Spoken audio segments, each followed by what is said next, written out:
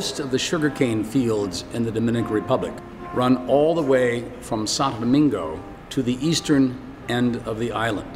They were once active, vibrant enterprises. Many of the workers in the cane fields were migrants from Haiti. They came over and stayed in what was built as a harvest season temporary camp.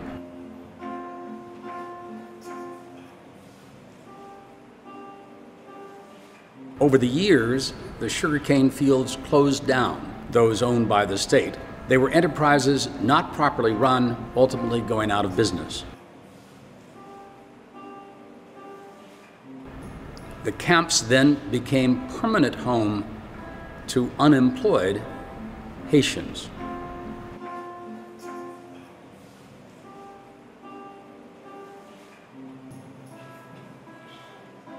Haitians in the Dominican Republic are treated as badly as immigrants anywhere in the world.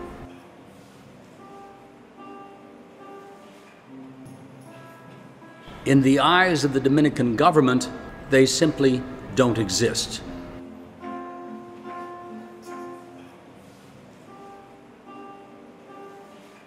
And that failure to have an existence or personhood means no health care, no employment opportunity, no ownership of property. And that's exactly the population that we encounter in the little village of El Mame.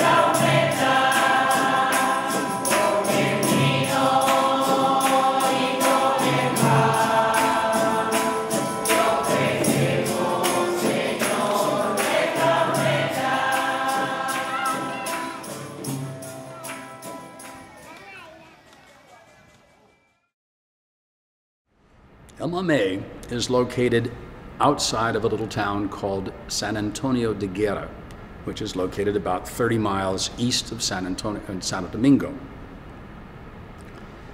How did we find El Mame? How did we find Guerra? And that story goes back to how the Sister Parish ministry here at Our Lady Star of the Sea came into existence. Several of the men in our parish had completed either Cursillo or the CHIRP retreat program and felt that our faith had developed. We were seeking an outlet for that newfound, strengthened fire in our faith life, an outlet that would allow us both to deepen our faith and to put it to work in service to others. In pursuit of that opportunity, we sent a request for information to Catholic Relief Services. They in turn described for us, through a handbook that they have for Sister Parish Ministries, described for us the concept of a solidarity-based partnership between a relatively better off, in terms of material things, northern parish, and a relatively worse off, in terms of material things, southern parish, which could be anywhere in Africa, Asia, or Latin America.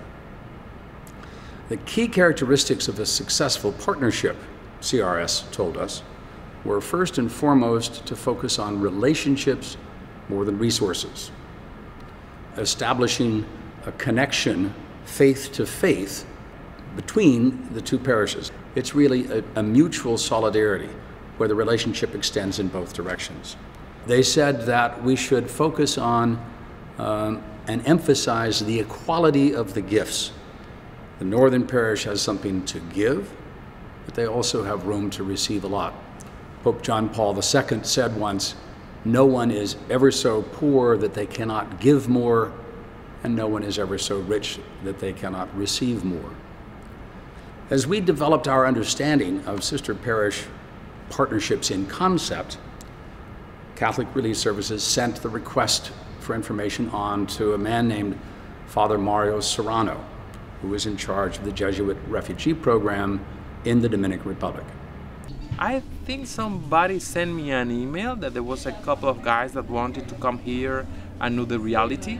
So I started to have a conversation by email. Very interesting because I have such a bunch of emails. But that one, I respond to that one immediately. Father Mario contacted us. We described our interest in Sister Parish, and he said there were two parishes he thought we might find interesting and who might find interesting a relationship with us. The first was in the city of Santo Domingo, in one of the poorest barrios or urban slums called Los Guandules, and it was called Domingo Savio. The second was San Antonio de Padua, a rural parish in the rural community of San Antonio de Guerra. That beautiful music that you heard at the beginning of this video was the choir and congregation of San Antonio de Padua at the Mass on Labor Day morning when our mission trip visited Guerra and subsequently Mamey.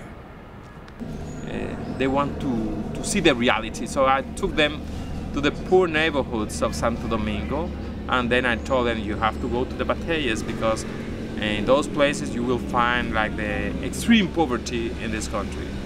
So that's the way I met them, and I share with them what I know, the reality of the people.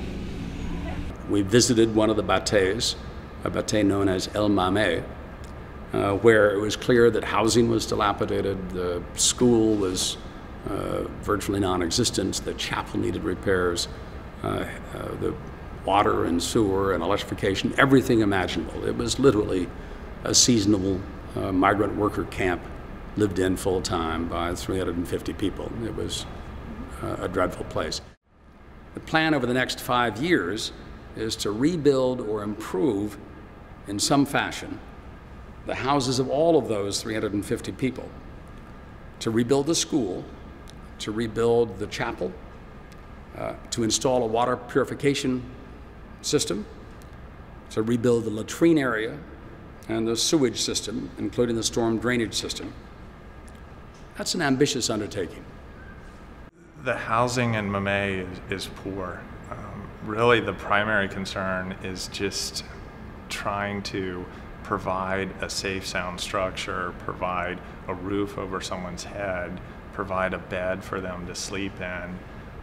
In some cases, places are incredibly dark, lack of ventilation, lack of light, and dirt floors.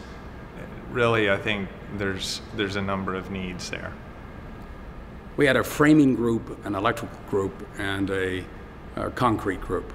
The framing group was led by Gene Polk, and their job was to frame and roof the barracks area and to put the doors and windows in. The wiring team was to provide electricity, an overhead light and a light switch and an outlet in each of the 8 living units that we refurbished. The wiring team, by the way, was led by Ryan Bartell. The concrete team was led by Tony Hartman, and their job was to resurface or parge the floors, to provide concrete steps into the units on both sides, and to repair the walls, which were old concrete block walls, to the extent that they had to be repaired. The purpose generally, though, of the barracks team was to make habitable 8 dwelling units. And when I say dwelling units, I'm talking about 10 by 10 or 8 by 8 rooms, to make those habitable so that people living in separate housing could move temporarily into the barracks while their housing is being rebuilt. When we left on Sunday night, the roof was on, all of the units were painted inside and out. They were wired with an overhead light and a plug and a switch in each unit.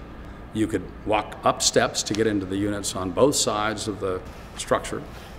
By Wednesday of the week after we left on a Monday. By that next Wednesday, 2 days later, there were people moving into those barracks units. The individuals of Mamey are certainly willing and able to do construction work, to do things to better and improve their situation. A lot of times they just need someone to guide and direct them. The medical mission, headed by Don Barnhorst, in one sense, it's obvious what they're going to do. We're going to provide health care, basic primary health care, for the parishioners in both the rural and the urban parish. It's more than that. It's providing health care for families, from the pregnant mothers through the 80-year-old men and women for whom the end of life is not comfortable. We went to El Mamey this time without any previous advance notice that we were going to be there.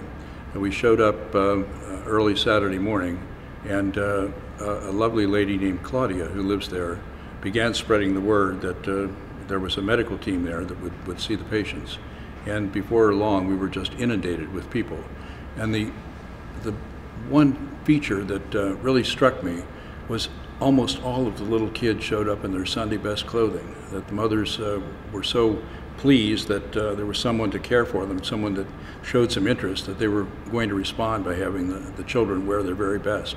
So I think we were met and received far better than I might have imagined. It was just really very heartwarming. The patients really have largely the same conditions we have here. Very high incidence of hypertension. I'm sure a significant incidence of type 2 diabetes, which we were not equipped to assess while we were there. A lot of malnutrition problems with secondary anemia, but they're the kinds of problems that are eminently treatable. I was surprised, given the high incidence of high blood pressure, that we saw very few patients with myocardial infarctions or angina, symptoms of inadequate blood supply to the heart. We saw one patient with a completed heart attack, but not a single patient complained of angina pectoris while we were there. So it's going to be worth exploring to find out why the severe degree of hypertension, and I mean significantly elevated blood pressures, why they aren't associated with more incidence of patients with active heart disease. When you don't have basic medical care, anything is an improvement. We definitely need specialists. We need medicines, basic medicines, Tylenol, antacids, things that we can go and just purchase over the counter would be a great help. But we do need people to come down. We need good doctors and nurses to come down and help with our mission. This is not envisioned as a one-and-done venture. If we commit ourselves to offering treatment to these patients, we also commit ourselves to follow-up. So we'll be returning at least every 3 or 4 months to make sure that the patients are progressing as they should with whatever therapy we recommend. My wife Peggy and I kind of stepped up and were kind of moved to accept the position of the motherhood mission. So I guess from my background with CHIRP, being spiritual director for Women's CHIRP, I'm the only guy that deals with all the women here at CHIRP, so it was very natural for me to just step in and deal with the motherhood group, which is a blessing, is a real blessing. On our motherhood team, we were fortunate to have 2 physicians, Dr. Kathy Bing, who is an obstetrician who does many deliveries here, and Dr. Laura Beverly, who's a pediatrician. So what we did was gather the women together, and what Kathy and Laura did was give presentations. After they made the medical presentations, they took question and answers from the women there. And then we broke up into groups. And breaking up into groups, then our team, we were teamed in 2s, met with like 5 women at a time on our team, so we had 5 teams of 2s, and just talked. Because our primary mission there was to offer emotional support, and just to let these women know that we're there for them, that we care. It isn't a one-time thing. We're going to be back many times in the future. We just figured that we would kind of break the ice by getting to know some of the women and finding out what was important to them, and hoping that going forward we'll be able to fill some of their needs and create a game plan. And I think we have a clear game plan ahead of us. The look on their face, the joy on their face when we said we will be back, and I said to them, and when I come back, I want to hold your babies, because by that time they would have had delivered their babies. I said, I want to hold your babies, and the joy in their face that we actually will come back, we actually will continue to follow them, and we actually, you know, it's not just a one-time thing that's happening. It's a continuation of what we plan on doing. So I think that was so rewarding. To others that may be thinking about it, I know there's obstacles that are always in the way. There's challenges, logistical hurdles to overcome, but it is a transformational trip, not only for the villagers, but for yourself and for your wife and for this parish.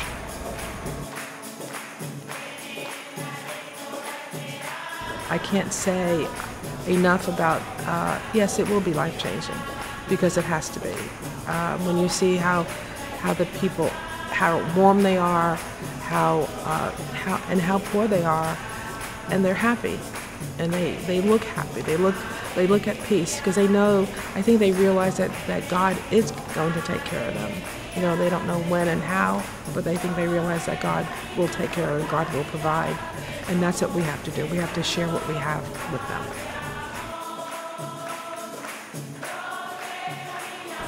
If you've ever thought about it, do it. Don't think about it, just do it. You will be so grateful that you did, and you will have a wonderful time, and you'll take away so much more than you've really put into it. I would just say, if you've just even got a little inkling, just go ahead and do it. Yes! Come to Batey, Mamey. Don't stay there. You will enjoy a lot. There's a lot to learn here, a lot to give, and a lot to receive. Thank you, Our Lady Star of the Sea. God bless you.